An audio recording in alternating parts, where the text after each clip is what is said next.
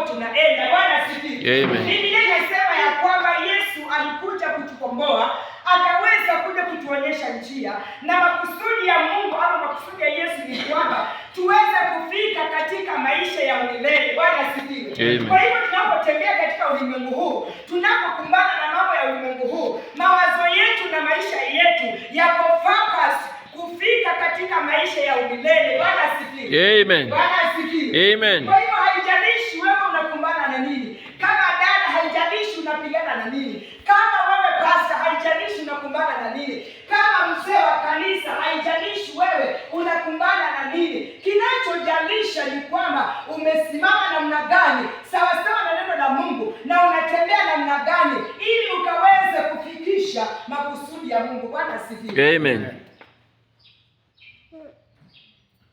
Soma katika kitabu cha First King, Wafalme wa Kwanza. Na naamini ya kwamba sisi wote tumekuja, tunataka tukaweze kupokea kutoka kwa Bwana. Na huko kwetu wanasemaga ya kwamba sisi kila mmoja pastor aweze kusoma, ama mama pastor ama mama, sisi wote tuko na Biblia. Tunafungua wakati wanasema kwamba fungua kitabu cha Bwana, neno la Bwana tunasoma pamoja, ukipata unasoma ili sisi wote tuende pamoja. Bwana asifiwe. First Kings Wafalme wa Kwanza 18.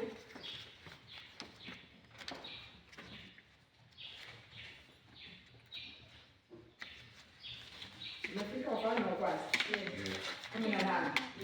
Mstari wa 30 na 31. Mstari wa 30 nasema, kisha Elia akawaambia watu wote, nikaribieni mimi.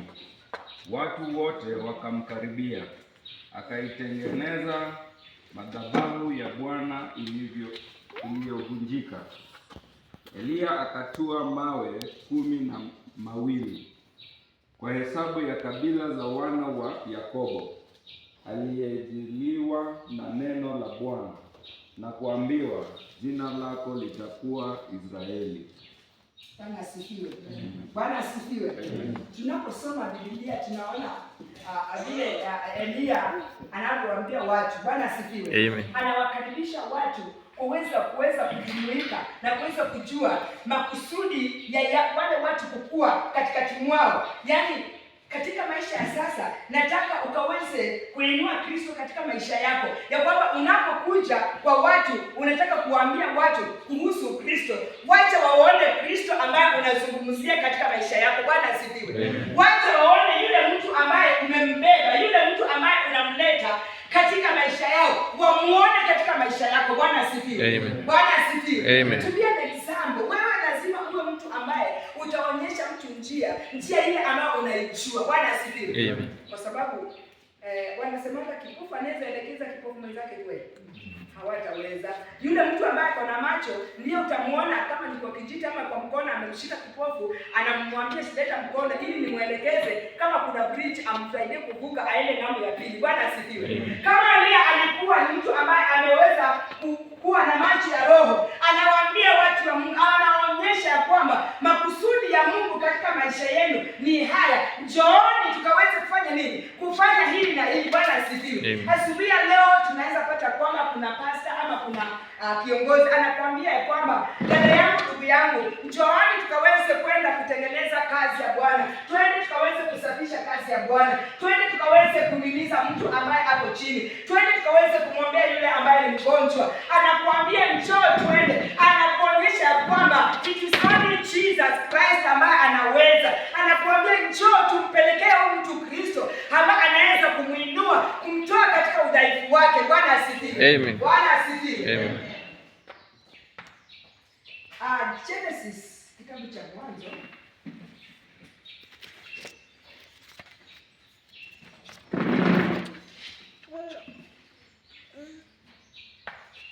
Genesis 32:28.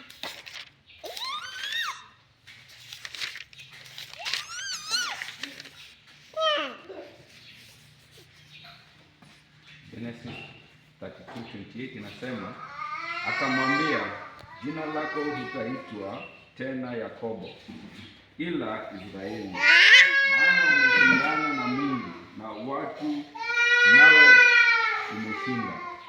Bwana asifiwe.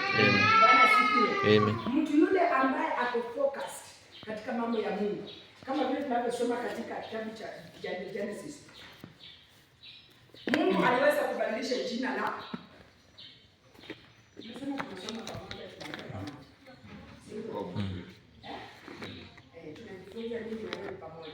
Mungu akabadilisha jina la Yakobo, akamwita nani? Israeli. Inamaanisha nini?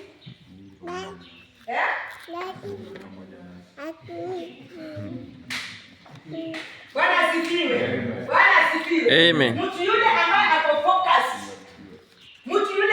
focus katika mambo ya Mungu, historia yako kama ilikuwa ni mbaya sana, Mungu lazima abadilishe hiyo historia iwe historia nzuri. Bwana asifiwe.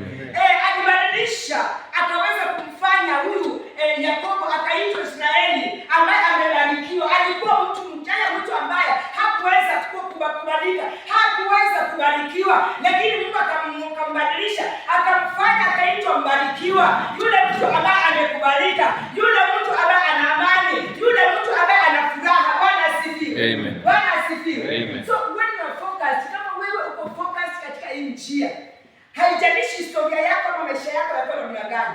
Wengi wanasemaga ya kwamba anatuambia hivi na hivi, mwangalie vile anafanana. Nataka nikuambie kama uko focus katika njia hii, Bwana atabadilisha maisha yako. Waliokuita maskini watakuita yule ambaye amebarikiwa, tajiri. Bwana asifiwe. Waliokuita mtu wa chini, Bwana atakubadilisha akufanye mtu ambaye ako juu. Bwana asifiwe. Because you are focused. Haijalishi mambo ambayo yako katika safari, haijalishi unakumbana na nini. Wewe Mungu amekuita, amekuleta mahali hapa ya kwamba uwe mzee wa kanisa. Haijalishi mawimbi ambayo yanakusonga, lakini macho yako inamfokasia Mungu, inamwangalia Mungu na inabeba makusudi ya Mungu. Haijalishi yule jirani, haijalishi yule mwimbaji anasema nini, lakini wewe macho yako inamtazama Mungu na unabeba kusudi la Mungu na unasema kwamba ninamtazama yeye. Haijalishi napita maji mengi, yeye atanisaidia. Analeta bridge, inapita na inasonga. Bwana asifiwe. Amen. Yule mtu focused hawezi kurudi nyuma, hawezi kusongwa na maneno. Yeye amejiandaa na anamwangalia Mungu na anataka akaweze kufikisha makusudi ya Mungu mahali ambapo Bwana ameweza kuweka. Bwana asifiwe. Amen. Bwana asifiwe. Huyu mtu ni lazima awe fiery. Bwana asifiwe. Tumesema ya kwamba ya kwanza, be focused. You refocus yourself.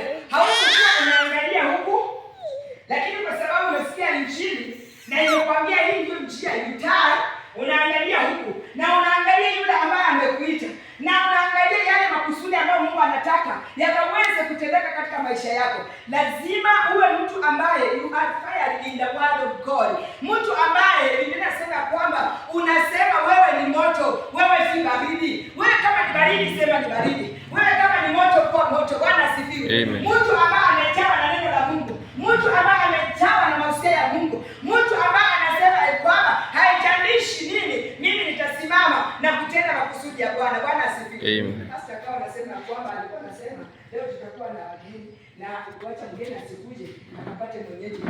Basi nataka nikwambie, the Bible says haijalishi yule mwenyeji atabaki nyumbani, but when you come this place, Biblia inasema kwamba utasimama na waje kuhubiria viti, utasimama